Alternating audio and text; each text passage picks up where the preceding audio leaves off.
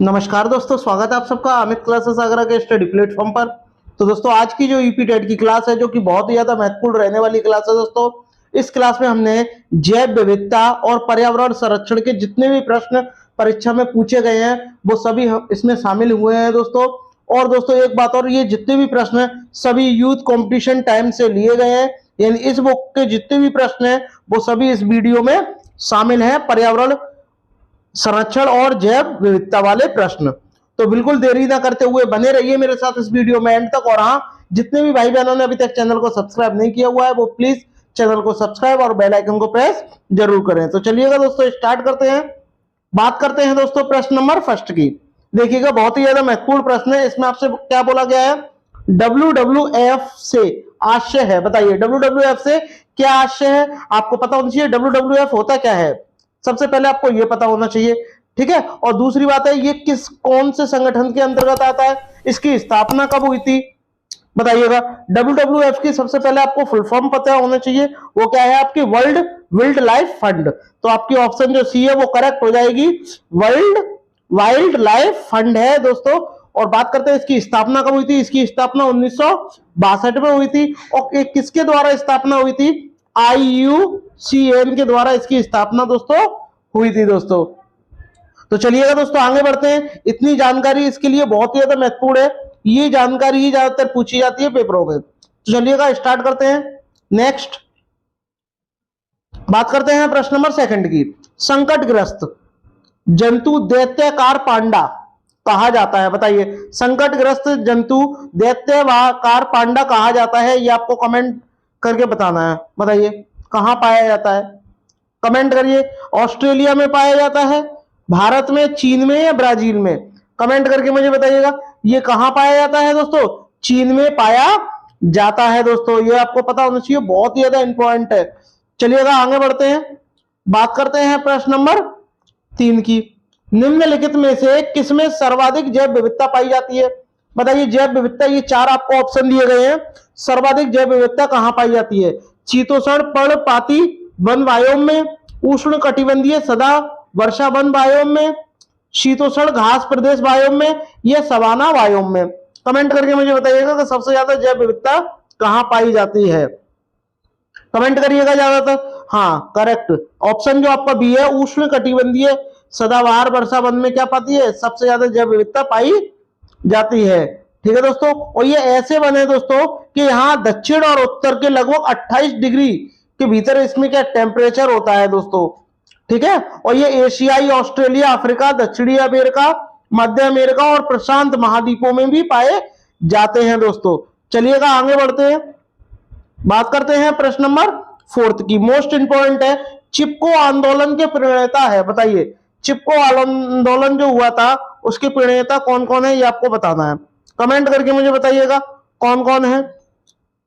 Hemvati Nandan Bahuguna, Sundarlal Bahuguna, mother Teresa या Mahatma Gandhi, comment करके मुझे बताइएगा। तो आपका राइट आंसर क्या हो जाएगा, ऑप्शन बी हो जाएगा। सब जानते हैं चिपको आंदोलन सुंदरलाल बहुगुणा ने के द्वारा हुआ था। और ये जो आंदोलन था वो वृक्षों को काटने के लिए था, वृक्ष जो काटे जा रहे थे उसके खिलाफ था दोस्तों। और इसकी कब आया था, ये 1973 में आया था। और 1973 में ही आपकी टाइगर योजना आई थी। ठीक है दोस्तों, ये भी आपको ध्यान में रखना है। और ये कहां हुआ था, उत्तराखंड के चमोली नामक जिले में हुआ था दोस्तों। चलिएगा आगे बढ़ते हैं। बात करते हैं प्रश्न नंबर 5, प्रोजेक्ट टाइगर। अभी अभी मैंने आपको बताया प्रोजेक्ट टाइगर 1973 में आया था, तुरंत आपने पता लगा लिया कि 1973 में क्या आया था, प्रोजेक्ट टाइगर आया था। अब आप मुझे कमेंट करके ये बताइएगा कि टाइगर दिवस कब मनाते हैं, बताइएगा, कमेंट करिएगा। हाँ 29 जुलाई को टाइगर दिवस मनाते हैं दोस्तों, ठीक है। और प्रोजेक्ट टाइगर आपका कब आया था, 1973 में आया था। बट आप मुझे बताइएगा कि प्रोजेक्ट शेर जो योजना है, जो परियोजना है, ये कब आई थी, कमेंट करके मुझे बताइएगा कब आई थी। बात करते हैं प्रश्न नंबर 6 की। किस जगह के फ्लोरा और फौना, फना लिख दिया है, ये फौना होगा, ठीक है, कभी कभी फना भी आ जाता है, सूचित करता है। बताइए, देखिए फना का मतलब क्या होता है, जंतु होता है। क्या होता है, जंतु होता है। जबकि फ्लोरा का मतलब क्या होता है, पेड़ पौधे होते हैं। क्या होते हैं, पेड़ पौधे होते हैं दोस्तों। तो ये भी आपको ध्यान में रखना है। तो फ्लोरा क्या सूचित करें, मछलियां करता नहीं है, मछलियां काट दिया, पक्षी होंगे नहीं। कौन सा हो जाएगा? ऑप्शन जो ए है वो आपका करेक्ट हो जाएगा दोस्तों। ठीक है, चलिएगा आगे बढ़ते हैं, बात करते हैं प्रश्न नंबर 7 की। देखिएगा, किसके नेतृत्व में चिपको आंदोलन को बल दिया गया? बताइए, किसके नेतृत्व में दिया गया था? कमेंट करके मुझे बताइएगा कि किसके नेतृत्व में चिपको आंदोलन को बल दिया गया था। सुंदरलाल बहुगुणा, अमृता देवी बिश्नोई, मेधा पाटेकर या के.एन. बनर्जी? बताइएगा। तो आपका राइट आंसर चिपको आंदोलन, अभी भी मैंने आपको बताया, सुंदरलाल बहुगुणा। ठीक है दोस्तों, और सुंदरलाल बहुगुणा आप इसका राइट आंसर हो जाएगा। वही बात करते हैं दोस्तों आपका ये मेधा पाटेकर। मेधा पाटेकर का संबंध जो है ये किससे है? ये नर्मदा बचाओ आंदोलन से है। नर्मदा बचाओ आंदोलन से है मेधा पाटेकर का। ठीक है, और मेधा पाटेकर के साथ एक और है, वो आपको बताना है किस, इनके साथ एक और थे, कमेंट का, हाँ, बाबा आमटे। क्या थे? बाबा आमटे। आमटे ये थे। एक और था अपीको आंदोलन। अपीको आंदोलन के प्रणेता कौन है? ये आपको कमेंट करके मुझे बताना है। अभी अभी मैंने आपसे पूछा था, कमेंट करके मुझे बताओ कि प्रोजेक्ट शेयर कब आया था। ये 1972 में आया था, यानी टाइगर से 1 साल पहले आ गया था। ठीक है, चलिएगा आगे बढ़ते हैं, बात करते हैं प्रश्न नंबर 8 की। बताइएगा, पर्यावरण को बचाने के लिए चिपको आंदोलन का संबंध किस राज्य से था? बताइएगा। उत्तराखंड से था। कहां से था? उत्तराखंड का था, और उत्तराखंड के कहां से? चिमोली नामक जिले से था। चिमोली नामक एक जिला था, वहां से इसका संबंध था दोस्तों। उत्तर प्रदेश की बात करते हैं। उत्तर प्रदेश के में 75 जिले हैं, 18 मंडल है। उत्तर प्रदेश में 2 क्या है मोस्ट इंपॉर्टेंट राष्ट्रीय उद्यान है। एक का नाम क्या है? दुधवा, दुधवा राष्ट्रीय उद्यान, और एक का चंद्रप्रभा। चंद्रप्रभा, ये 2 राष्ट्रीय उद्यान है दोस्तों। वही बात करते हैं, अभी अभी मैंने आपसे पूछा अपीको आंदोलन के प्रणेता कौन है? पांडुरंग हेगड़े। कौन है? पांडुरंग हेगड़े हैं दोस्तों, ये भी आपको ध्यान में रखना है। बात करते हैं दोस्तों प्रश्न नंबर 9, पारिस्थितिकी तंत्र एवं प्राकृतिक अधिवासों का संरक्षण तथा उनके प्राकृतिक वातावरणों में प्रजातियों का जीवनक्षम जनसंख्या का रखरखाव एवं प्रतिप्राप्ति के लिए प्रयुक्त पद है। बताइएगा, कमेंट करके मुझे बताइएगा।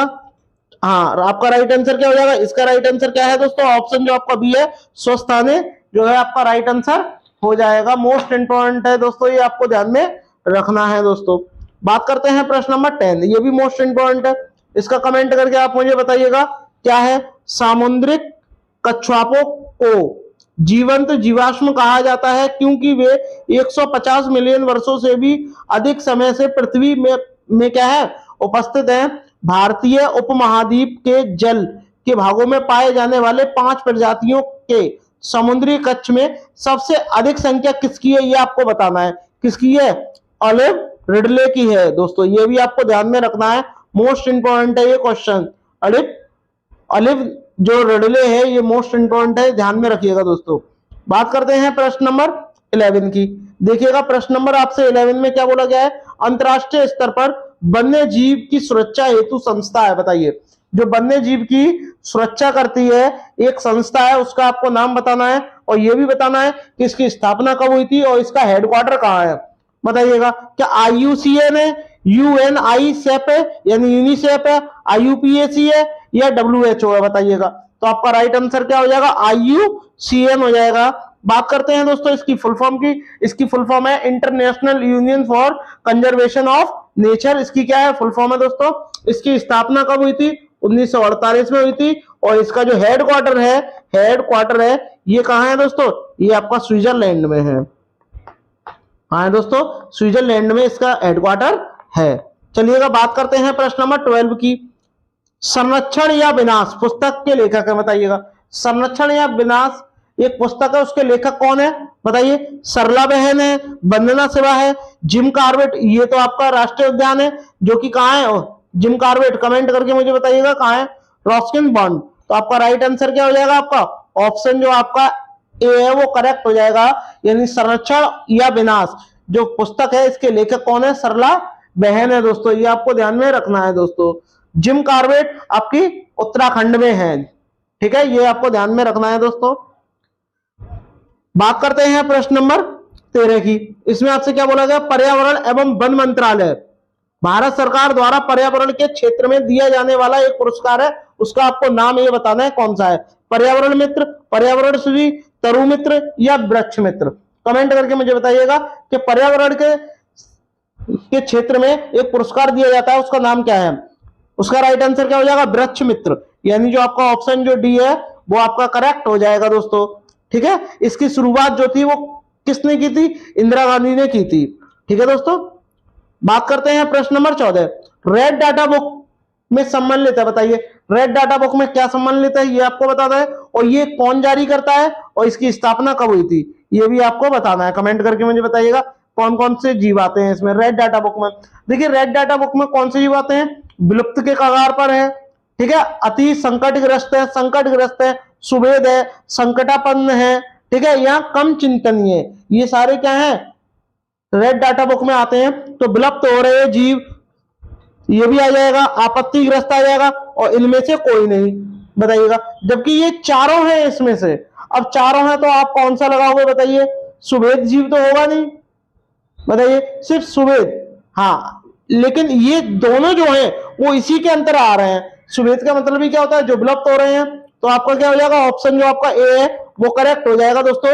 और ये आईयूसीएन के द्वारा इसकी स्थापना की गई थी। ठीक है, अब ये भी मैंने आपको इसकी फुल फॉर्म भी बताई थी, international union for conservation of nature. इसकी स्थापना कब हुई थी, 1964 में हुई थी। ठीक है, यानी रेड डाटा बुक, इसकी नहीं, रेड डाटा बुक की बात कर रहे हैं, 1964 में हुई थी, जबकि इसकी कब हुई थी, इसकी तो 1948 में हुई थी। ठीक है, ये भी आपको ध्यान में रखना है दोस्तों। चलिएगा आगे बढ़ते हैं, बात करते हैं प्रश्न नंबर 15 की। देखिएगा, अभ्यारण्य का संबंध निम्नलिखित में से किससे है, बताइएगा। ऊर्जा संरक्षण से, जल संरक्षण से, वन जीव संरक्षण से, या डॉल्फिन संरक्षण से है। कमेंट करके मुझे बताइएगा।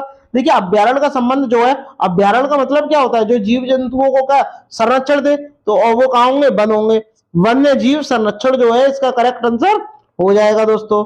बात करते हैं प्रश्न नंबर 16 की, मोस्ट इंपॉर्टेंट है, सुश्री मेधा पाटेकर का संबंध किससे है। मैंने अभी अभी आपको बताया था, वैज्ञानिक अनुसंधान से, जल संरक्षण से, पर्यावरण संरक्षण से, भूमि सुधार से, बताइएगा। कमेंट करके मुझे बताइएगा कि आपका राइट आंसर क्या है। हाँ, पर्यावरण संरक्षण से जो है इनका करेक्ट हो जाएगा दोस्तों। ठीक है, हाँ, इनका जन्म कब हुआ था, इनका जन्म हुआ था 1954 में हुआ था, मुंबई में। ठीक है दोस्तों, और इन्होंने किस आंदोलन में भाग लिया था, बताइएगा। नर्मदा बचाओ आंदोलन, मैंने अभी भी आपको पढ़ाया था। नर्मदा बचाओ आंदोलन में क्या किया था, इन्होंने पार्टिसिपेट किया था, भाग लिया था। बात करते हैं प्रश्न नंबर 17 की, जो कि मोस्ट इंपोर्टेंट है, केवला पक्षी अभ्यारण्य, यानी केवलादेव पक्षी अभ्यारण्य भारत के किस राज्य में स्थित है। असम में है, राजस्थान में है, मध्य प्रदेश में है, उत्तर प्रदेश में, बताइएगा। तो आपका राइट आंसर क्या हो जाएगा, राजस्थान हो जाएगा। और राजस्थान के क्या है, भरतपुर जिले में, भरतपुर जिले में क्या है, केवलादेव पक्षी अभ्यारण्य है दोस्तों। चलिएगा आगे बढ़ते हैं, बात करते हैं प्रश्न नंबर 18 के। देखिएगा इसमें क्या बोला है, पौधे और जंतुओं की संकटग्रस्त प्रजातियों को प्रदर्शित करने के लिए आईयूसीएन, अभी अभी मैंने आपको पढ़ाया था, IUCN international union for conservation of nature की निम्न पुस्तक तैयार है, बताइएगा। इनमें से कौन सी पुस्तक है, श्वेत data book, red data book, नील डाटा बुक, या इनमें से कोई नहीं। अभी अभी मैंने आपको बताया कौन सी है, रेड डाटा बुक है। इसकी स्थापना कब हुई थी, 1964 में ये आई थी दोस्तों। ठीक है, ये भी आपको पता होना चाहिए। चलिएगा आगे बढ़ते हैं मोस्ट इंपॉर्टेंट प्रश्नों के साथ दोस्तों। बात करते हैं दोस्तों प्रश्न नंबर 19, जो कि मोस्ट इंपॉर्टेंट है दोस्तों। ये आपको बताना है कमेंट करके, इसका आंसर मुझे देना है 19 वाले प्रश्न का, बताइएगा। वन्य जीव संरक्षण पर निम्न में से कौन सा असरकारी का मतलब एनजीओ, नॉन गवर्नमेंटल ऑर्गेनाइजेशन, संघ समर्पित है, ये आपको बताना है। कमेंट करके मुझे बताइएगा। हाँ, बताइएगा। WWF फॉर नेचर के लिए, भारतीय वन्य जीव बोर्ड के लिए, राष्ट्रीय वन्य जीवन क्रिया योजना के लिए, या उपरोक्त सभी। आपका राइट आंसर क्या हो जाएगा, WWF फॉर नेचर के लिए इसका राइट आंसर हो जाएगा दोस्तों। बात करते हैं प्रश्न नंबर 20 की। एक अध्यापक मेधा पाटेकर व अमृता देवी बिश्नोई के योगदान पर बोल रही है या बोल रहा है, क्योंकि बताइएगा क्यों बोल रहा है, वो बच्चों को क्या समझाना चाहता है। दोनों का संबंध जल संरक्षण से है, दोनों महिलाएं सशक्तिकरण आंदोलन से संबंध है, दोनों के आंदोलन पर्यावरण मुद्दों पर है, दोनों ने चिपको आंदोलन को आगे बढ़ाया। चिपको आंदोलन को मेघा पाटेकर ने आगे नहीं बढ़ाया था, किसने बढ़ाया था? सुंदरलाल बहुगुणा ने आगे बढ़ाया था। लेकिन चिपको आंदोलन हुआ आपका, अपीको आंदोलन हुआ आपका, और एक आपका नर्मदा बचाओ आंदोलन हुआ। ये सारे पर्यावरणीय मुद्दे हैं, तो आपका राइट आंसर क्या हो जाएगा? पर्यावरणीय मुद्दे पर बताना चाहती हैं, तो आपका ऑप्शन जो सी है वो करेक्ट हो जाएगा। करते हैं दोस्तों प्रश्न नंबर 21 की। इसमें आपसे क्या बोला? रेड डाटा बुक में सम्मिलित है, क्या क्या सम्मिलित है? विलुप्तोरे जीव भी है, सुवेद जीव भी है, आपत्तिग्रस्त जीव भी है। अभी इससे पहले जो प्रश्न था उसमें जीव नहीं था, तो ये क्या हो जाएगा? उपरोक्त सभी जो है वो करेक्ट हो जाएगा। और उस वाले ऑप्शन में उपरोक्त सभी भी नहीं था, ठीक है, तो आपका ऑप्शन जो डी है दोस्तों वो करेक्ट हो जाएगा। उपरोक्त सभी रेड डाटा बुक में यही आते हैं, ठीक है। इसकी स्थापना IUCN करता है, ये भी आपको पता होना चाहिए दोस्तों। आगे बढ़ते हैं, बात करते हैं प्रश्न नंबर 22 की। जब ध्रुव में भूमध्य रेखा की ओर बढ़ते हैं, जब ध्रुव में भूमध्य रेखा की ओर जब हम बढ़ते हैं तो जैव विविधता क्या होती है? बढ़ती है, घटती है, स्थिर रहती है? इनमें से कोई नहीं। बताइएगा कैसी रहती है? जब हम ध्रुवों की ओर बढ़ते हैं तो ध्रुवों की तरफ और ज्यादा जैव विविधता पाई जाती है, तो जैव विविधता क्या होती है? बढ़ती है। तो आपका ऑप्शन जो आपका ए है वो करेक्ट हो जाएगा दोस्तों। चलिएगा आगे बढ़ते हैं, नेक्स्ट बात करते हैं प्रश्न नंबर 23 की। इसमें आपसे क्या बोला? सामाजिक वानिकी का उद्देश्य है। बताइए सामाजिक वानिकी का क्या उद्देश्य है? पर्यावरणीय, सामाजिक एवं ग्रामीण विकास में मदद के उद्देश्य से वनों का प्रबंध करना, ये भी ठीक है।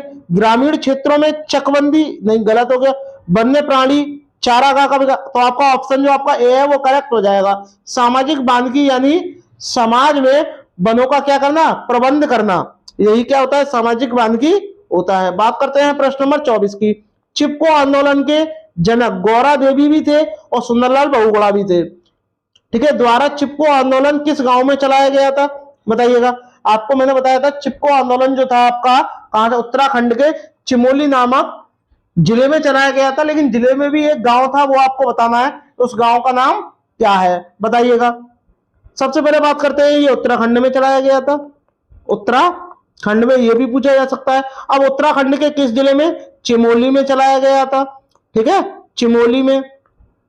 इसके बाद ये किस गांव में चलाया गया था? तो रेणी गांव। क्या नाम था इसका? रेणी गांव। तो ये आपको 3 प्रश्न इससे बन सकते हैं, तीनों आपको ध्यान में रखना है। तो आपका ऑप्शन जो आपका ए है वो करेक्ट हो जाएगा। रेणी गांव में चलाया गया था दोस्तों, ठीक है। मोस्ट इंपॉर्टेंट है दोस्तों, ये आपको ध्यान में रखना है। बात करते हैं प्रश्न नंबर 25 की। तरुण भारत संघ के राजेंद्र प्रसाद, जिसे क्या बोलते हैं? जल पुरुष कहा जाता है। राजेंद्र सिंह को क्या है? जल पुरुष कहा जाता है दोस्तों। को किस कार्य के लिए मैग्नेस पुरस्कार दिया गया? बताइए। जल पुरुष के नाम से जाना जाता है, तो जल संरक्षण के लिए ही दिया गया होगा। तो आपका ऑप्शन जो आपका ए है वो करेक्ट हो जाएगा दोस्तों। बात करते हैं प्रश्न नंबर 26 की। ये आपको बताया निम्नलिखित में से कौन सा भारत के 3 जैव विविधता हॉटस्पॉट में से एक है? बताइए। ये 3 दिए गए, इनमें से आपको बताना है। वैसे भारत में कुल कितने हॉटस्पॉट है? 4 हैं। उन चारों के आपको नाम भी पता होना चाहिए कौन कौन से। पहला है आपका हिमालय क्षेत्र, हिमालय क्षेत्र। दूसरा है आपका इंडो बर्मा, इंडो बर्मा, ठीक है। तीसरा है आपका पश्चिमी घाट, पश्चिमी घाट। और ये आपका जो चौथा है वो आपका क्या है? Sundaland, Sundaland. ये 4 हॉटस्पॉट है। तो अब आपको बताना अरावली है नहीं है, खासी हिल है नहीं है, इनमें से कोई नहीं। कौन सा? हिमालय। तो आपका ऑप्शन जो सी है दोस्तों वो करेक्ट हो जाएगा दोस्तों। बात करते हैं प्रश्न नंबर 27 की। देखिएगा इसमें आपसे बोला निम्नलिखित में से कौन सा रामसर घोषणा की सूची में नम क्षेत्र नहीं है? ये आपको बताना है, कमेंट करके मुझे बताइएगा। नम क्षेत्र नहीं है यानी जो रामसर जो वो आपका साइट है उसमें शामिल नहीं है। बताइए। देखो बुलर झील भी शामिल है, और बुलर झील आपकी कहाँ है? आपकी जम्मू कश्मीर में है दोस्तों। केवला देव अभी भी मैंने आपको पढ़ाया था भरतपुर में है, और भरतपुर कहाँ? राजस्थान में है दोस्तों। वही बात करते हैं रुद्र सागर झील। अब आपको बताना है जो रुद्र सागर झील है ये कहाँ है? ये आपका राजमंद झील। तो आपका राइट आंसर जो हो जाएगा ऑप्शन जो डी है वो करेक्ट हो जाएगा, क्योंकि रामसर सूची में ये शामिल नहीं है, ठीक है दोस्तों। वही बात करते हैं रुद्र सागर जो झील की, ये कहाँ है आपकी? ये आपकी त्रिपुरा में है। कहाँ है दोस्तों? त्रिपुरा में है। तो चलिएगा दोस्तों आगे बढ़ते हैं। आई होप आपको वीडियो अच्छी लग रही होगी, तो सभी भाई बहन एक बार शेयर और सब्सक्राइब जरूर करें। चलिएगा आगे बढ़ते हैं, बात करते हैं नेक्स्ट प्रश्न की। प्रश्न नंबर 28, विश्व भूगर्भ जल दिवस। देखिए एक होता है जल दिवस, एक होता है आपका जल दिवस, और जल दिवस आपका कब मनाया जाता है दोस्तों? आप कहोगे सर 22 मार्च को। कब मनाया जाता है? 22 मार्च को मनाया जाता है। इस ट्रिक को आप इस तरीके से भी ट्रिक का पता लगा सकते हैं, क्योंकि होली हम किससे खेलते जाता है? जल से खेलते हैं, तो जल की कमी आ जाती है, और जब जल की कमी आ जाती है तो उसी, और होली मार्च के महीने में आती है, तो जल का संबंध आप होली से बना सकते हो। जल दिवस कब बनता है आपका?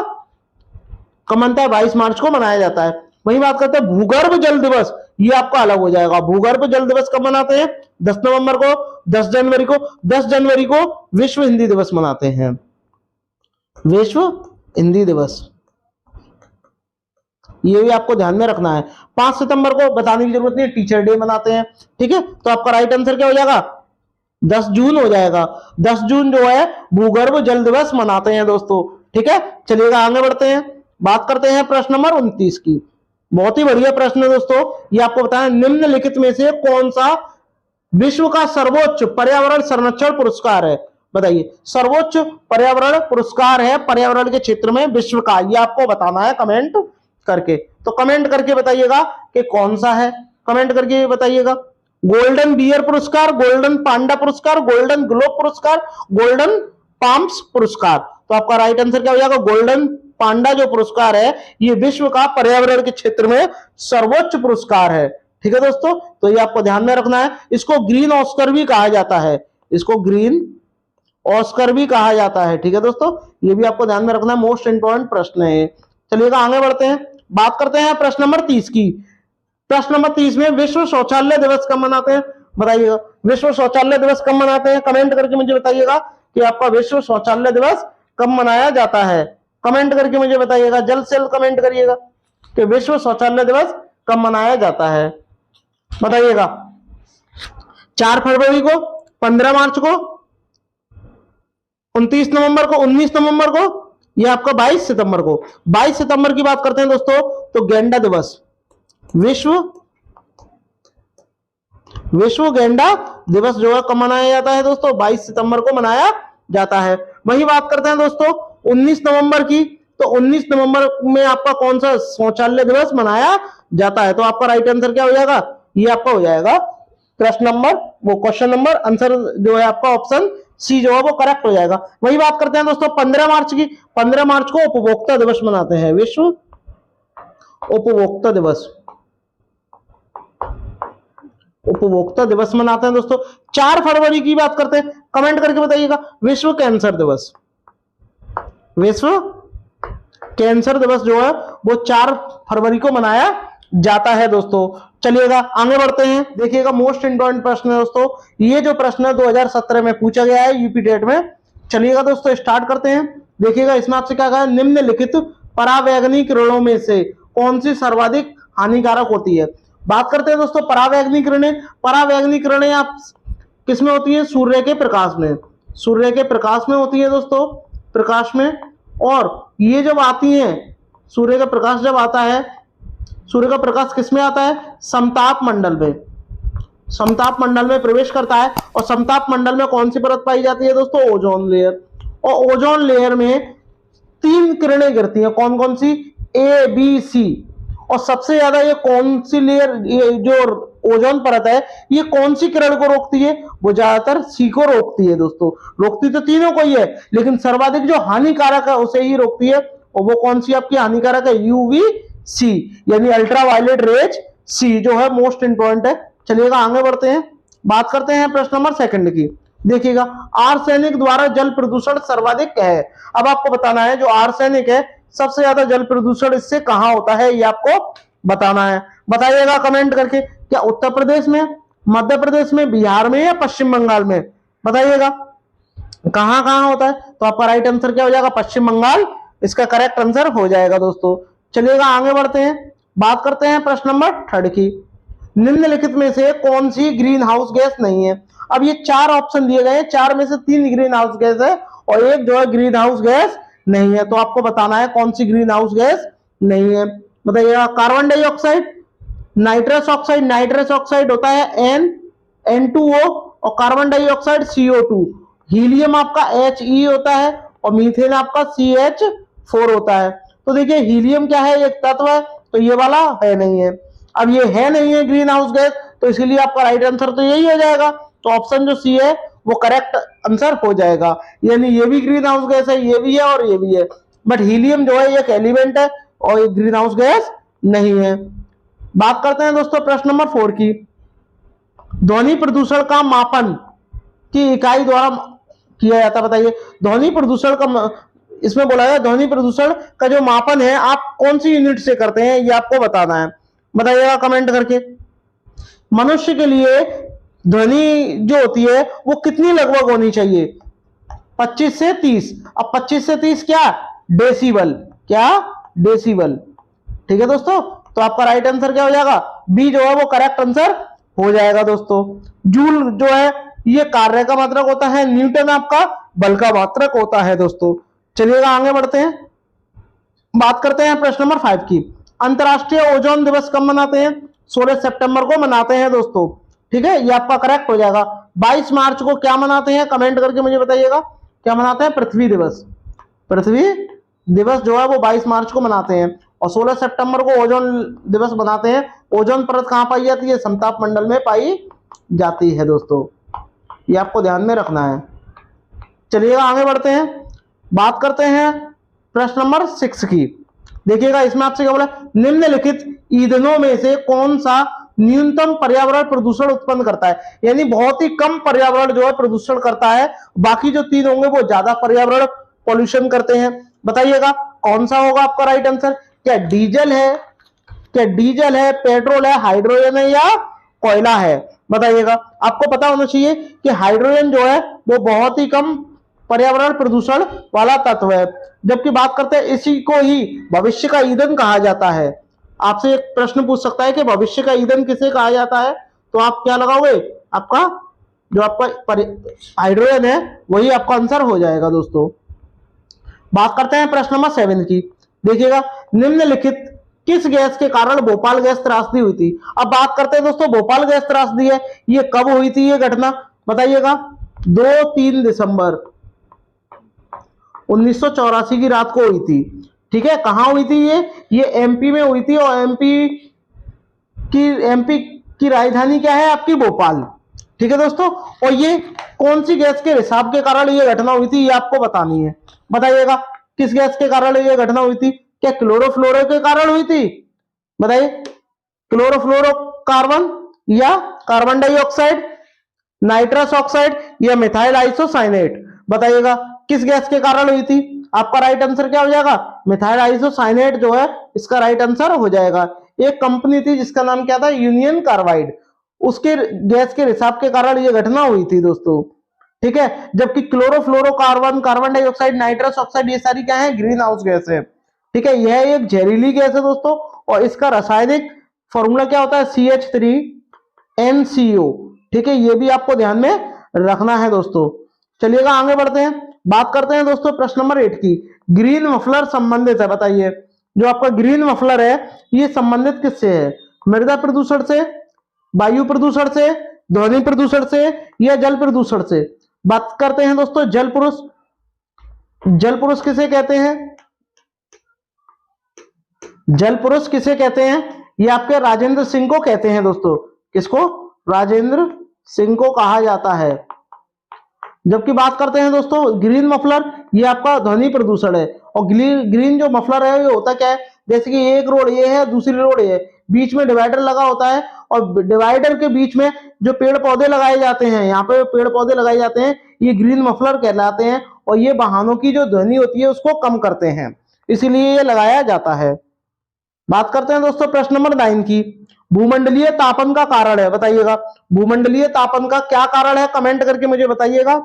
देखिए हिम नदों में वृद्धि, कार्बन डाइऑक्साइड में वृद्धि, कार्बन डाइऑक्साइड में कमी या वनों में वृद्धि।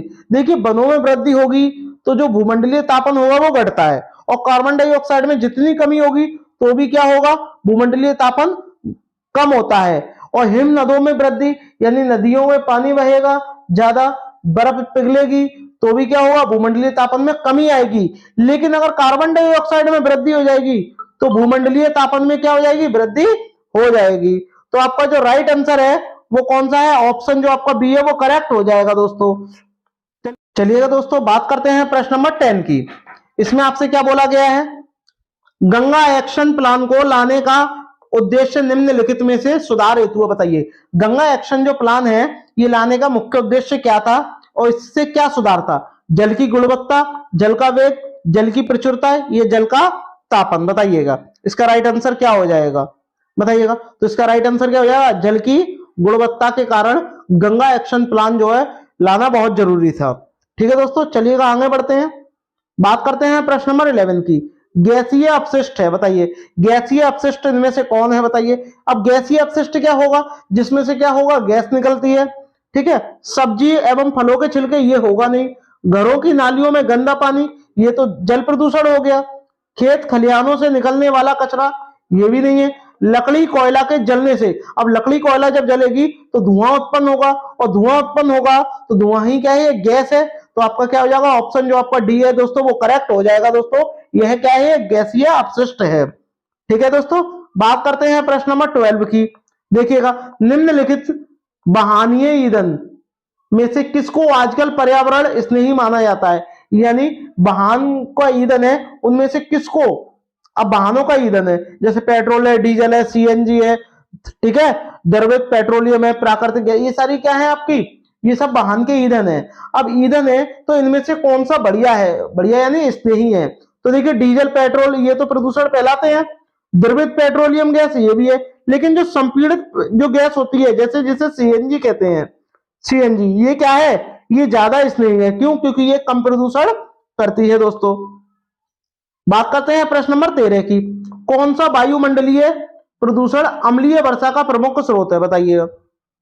इनमें से कौन सा अम्लीय वर्षा का मुख्य स्रोत है या प्रमुख स्रोत है, बताइएगा कौन सा है अम्लीय वर्षा का? देखिए N2 नहीं है, HCl नहीं है, हाइड्रोक्लोरिक, आपका क्या है? SO2। SO2 क्या करता है? ये जब वर्षा का जल होता है उसमें मिल जाता है और जो है अम्लीय वर्षा कर देता है दोस्तों। तो आपका राइट आंसर क्या हो जाएगा? ऑप्शन जो इसका ए है वो करेक्ट हो जाएगा। बात करते हैं प्रश्न नंबर 14 की। निम्नलिखित में से कौन सी ग्रीन हाउस गैस नहीं है, बताइए। कार्बन डाइऑक्साइड, आप बोलोगे ग्रीन हाउस गैस है। Nitrous oxide green house gas है, जबकि मीथेन जो है ये भी ग्रीन हाउस गैस है। लेकिन कार्बन मोनोऑक्साइड ये आपकी ग्रीन हाउस गैस नहीं है दोस्तों। तो आपका राइट आंसर क्या हो जाएगा? सी जो है करेक्ट हो जाएगा। और ये गैस कहां से प्राप्त होती है? ये वाहनों से निकलती है, वाहनों से धुएं के रूप में ये गैस निकलती है, ग्रीन हाउस गैस नहीं है। और भी ग्रीन हाउस गैस है जैसे कि आपका CFC है, ठीक है, CFC जो कि कहां से निकलती है? AC फ्रीज से निकलती है, CFC क्लोरोफ्लोरोकार्बन। चलिएगा दोस्तों, बात करते हैं प्रश्न नंबर 15 की। देखिएगा, इसमें आपसे क्या कहा गया है? किस नदी के प्रदूषण स्तर की माप की जाती है, बताइए। किसी कोई भी नदी है उसके प्रदूषण स्तर की माप की जाती है। अब ये बता गया ATP से की जाती है, STP से, BOD से या BPL से, कमेंट करके मुझे बताइएगा। तो आप क्या बोलोगे? BOD से की जाती है। अब BOD होता क्या है, इसकी फुल फॉर्म क्या है, बताइएगा। Biological oxygen demand. ठीक है दोस्तों, तो आपका राइट आंसर क्या हो जाएगा? इससे क्या होता है? जल की जांच होती है कि जल कितना स्वच्छ है, इसकी जांच होती है। तो आपका ऑप्शन जो सी है वो करेक्ट हो जाएगा दोस्तों। बात करते हैं प्रश्न नंबर 16 की। निम्नलिखित में से कौन सी एक गैस ग्रीन हाउस गैस है, बताइएगा। इनमें से कौन सी एक ग्रीन हाउस गैस है? सल्फर डाइऑक्साइड यानी SO2, ऑक्सीजन, आर्गन या मीथेन। अब आपको मैंने बताया था ग्रीन हाउस गैस कौन सी है, मीथेन है, कार्बन डाइऑक्साइड है, ठीक है, ये सारी क्या है? CFC ग्रीन हाउस गैसें हैं। लेकिन आपको बताना है कि ग्रीन हाउस गैस है, तो ये तो है नहीं है ग्रीन हाउस गैस। कौन सी है आपकी? मीथेन जो है वो ग्रीन हाउस गैस हो जाएगी, यानी ऑप्शन जो आपका डी है वो करेक्ट हो जाएगा दोस्तों। बात करते हैं प्रश्न नंबर 17 की। पृथ्वी पर पहुंचने से पहले ओजोन परत किन किरणों को अवशोषित करती है, ये आपको बताना है। यानी इनमें से कौन सी जो है ऑप्शन जो है वो किरण है, उसका नाम है, और पृथ्वी सूर्य से आती है वे, और वो क्या करती है? ओजोन परत जो है उसे पृथ्वी पर आने से रोकती है। बात करते हैं ओजोन दिवस आपका कब मनाया जाता है? 16 सितंबर को मनाया जाता है। ओजोन परत समताप मंडल में पाई जाती है दोस्तों, ठीक है, ये भी आपको ध्यान में रखना है। और ये परावैंगनी किरणों को आने से रोकती है दोस्तों। और परावैंगनी किरणें यानी अल्ट्रावायलेट। और सबसे ज्यादा खतरनाक कौन सी होती है? UVC, ये भी सबसे ज्यादा हानिकारक होती है दोस्तों। बात करते हैं प्रश्न नंबर 18 की। विश्व ऊष्मायन के लिए निम्न में से कौन सा एक कारक है, बताइए। विश्व ऊष्मायन के लिए इनमें से कौन सा एक कारक है जो क्या है जिम्मेदार है, वो आपको बताना है। कमेंट करके मुझे बताइएगा कि आपका राइट आंसर क्या होगा। ज्यादा से ज्यादा भाई बहन कमेंट करिएगा, बताइएगा। वाहनों से निकलने वाली गैस, पेड़ पौधों से निकली गैस, भट्टियों से निकली गर्म हवा, या रसोई गैस, बताइएगा कमेंट करके। तो वाहनों से जो निकलती है, जो क्या करती है, पृथ्वी का ऊष्मायन बढ़ाती है, और ऊष्मायन बढ़ाती है कौन, वाहनों की गैस। और वाहनों से कौन सी गैस निकलती है, सीओ यानी कार्बन मोनोऑक्साइड। बी गलत हो जाएगा, सी गलत हो जाएगा, डी भी गलत हो जाएगा। तो आपका राइट आंसर क्या हो जाएगा, ए जो है वो करेक्ट हो जाएगा। बात करते हैं प्रश्न नंबर 19 की। वायु प्रदूषण को कम किया जा सकता है, बताइए। वायु प्रदूषण कैसे कम किया जा सकता है, कमेंट करके मुझे बताइएगा। वृक्षों द्वारा, ज्यादा से ज्यादा वृक्ष लगाने चाहिए। मछलियों के द्वारा कम नहीं होगा, जंतुओं के द्वारा भी कम नहीं होगा, ये तो प्रदूषण बढ़ाते हैं। और सूर्य के प्रकाश द्वारा ये भी नहीं होगा। तो आप वृक्ष ज्यादा से ज्यादा लगाएंगे तभी तो वायु प्रदूषण जो है कम होगा, बताइएगा। तो आपका राइट आंसर क्या हो जाएगा, आपका ऑप्शन जो ए है वो करेक्ट हो जाएगा दोस्तों। बात करते हैं दोस्तों प्रश्न नंबर 20 की। देखिएगा प्रश्न नंबर 20 में आपसे क्या बोला है, सूर्य के हानिकारक किरण। अब सूर्य की हानिकारक किरण कौन सी होती है, यूवीसी यानी अल्ट्रावायलेट रेज सी को पृथ्वी को कौन सा स्तर सुरक्षित रखता है। अब कौन सा स्तर सुरक्षित रखता है, बताइए। आयन मंडल, क्षोभ मंडल, चुंबक मंडल, या ओजोन मंडल। देखिए क्षोभ मंडल में मौसम संबंधी सभी घटनाएं होती हैं, जैसे कि बारिश होना, बिजली कड़कना, ये सारी क्या है, मौसम संबंधी घटनाएं हैं। लेकिन ओजोन जो स्तर है ये रोकता है। और ओजोन स्तर किस मंडल में पाया जाता है, समताप मंडल में पाया जाता है। ठीक है दोस्तों, चलिएगा आगे बढ़ते हैं। बात करते हैं प्रश्न नंबर 21 की। निम्न में से कौन विश्व ऊष्मायन का कारण है, बताइए। विश्व ऊष्मायन का कारण कौन सा है, बताइएगा। जिससे क्या है, विश्व की जो ऊष्मा है वो ज्यादा बढ़ रही है। अभी अभी मैंने आपको पढ़ाया था, वाहनों से निकलने वाली गैस, और गैस क्या है, वायु है। तो आप तुरंत आपका ऑप्शन लगा दोगे कौन सा है, ये वाला जो है करेक्ट हो जाएगा, वायु प्रदूषण। चलिएगा आगे बढ़ते हैं। बात करते हैं प्रश्न नंबर 22 की। निम्न में से कौन वायु प्रदूषण का एक उदाहरण है, बताइएगा। वायु प्रदूषण का एक उदाहरण है, इसको आप है ना एक काम करो, इसमें एक ऑप्शन दिया नहीं है, या आप कर लो इनमें से कोई नहीं। ठीक है, अब वायु प्रदूषण कौन, या कर लो सभी, क्या कर लो, सभी। सभी इसका करेक्ट आंसर हो जाएगा। अब वायु प्रदूषण का एक उदाहरण है, बताइएगा। धुआं और कुआसा, ये भी एक वायु प्रदूषण है। ठीक है, वाहनों से निकलने वाली हवा, ये भी एक वायु प्रदूषण है। जलती हुई लकड़ी या चारकोल, भाई लकड़ी कोयले को आप जलाओगे तो वहां से भी तो गैस निकलती है, जो धुआं निकलता है वही क्या है, वायु प्रदूषण है। तो आपका ऑप्शन जो डी है वो करेक्ट हो जाएगा, उपरोक्त सभी, यानी जो आपका ऑप्शन डी है वो करेक्ट हो जाएगा दोस्तों। बात करते हैं दोस्तों प्रश्न नंबर 23 की। भारत तथा दूसरे देशों में प्रदूषण को रोकने के लिए बनाए गए नियम, यानी भारत में ही नियम नहीं बनाए गए हैं, और भी दूसरे देशों में भी पर्यावरण को रोकने के लिए, यानी पर्यावरणीय प्रदूषण को रोकने के लिए नियम बनाए गए हैं। अब वो नियम क्या है, अब वो नियम कौन से हैं, किस पे लागू होते हैं, ये आपको बताना है। क्या कागज के थैले पे लागू है, प्लास्टिक के थैली पर, नायलॉन पे, या चमड़े की। तो आप जानते हो प्लास्टिक पे सबसे ज्यादा क्या है, बैन है। क्यों, क्योंकि ये क्या है, ये एक अपशिष्ट पदार्थ है, ये नष्ट नहीं होती कभी भी। ठीक है दोस्तों, पॉलीथीन का प्रयोग बंद करना, हर साल इसका अभियान चलता है। तो आपका राइट आंसर क्या हो जाएगा, जो बी है वो करेक्ट हो जाएगा। ठीक है, बात करते हैं प्रश्न नंबर 24 की। ध्वनि प्रदूषण मापा जाता है, बताइए। ध्वनि प्रदूषण किसमें मापा जाता है, कमेंट करके मुझे बताइएगा। अभी अभी मैंने आपको बताया था डेसिबल में मापते हैं ध्वनि प्रदूषण को। चलिएगा आगे बढ़ते हैं। बात करते हैं प्रश्न नंबर 25 की। कीटनाशकों के अत्यधिक इस्तेमाल से हुआ है, बताइए।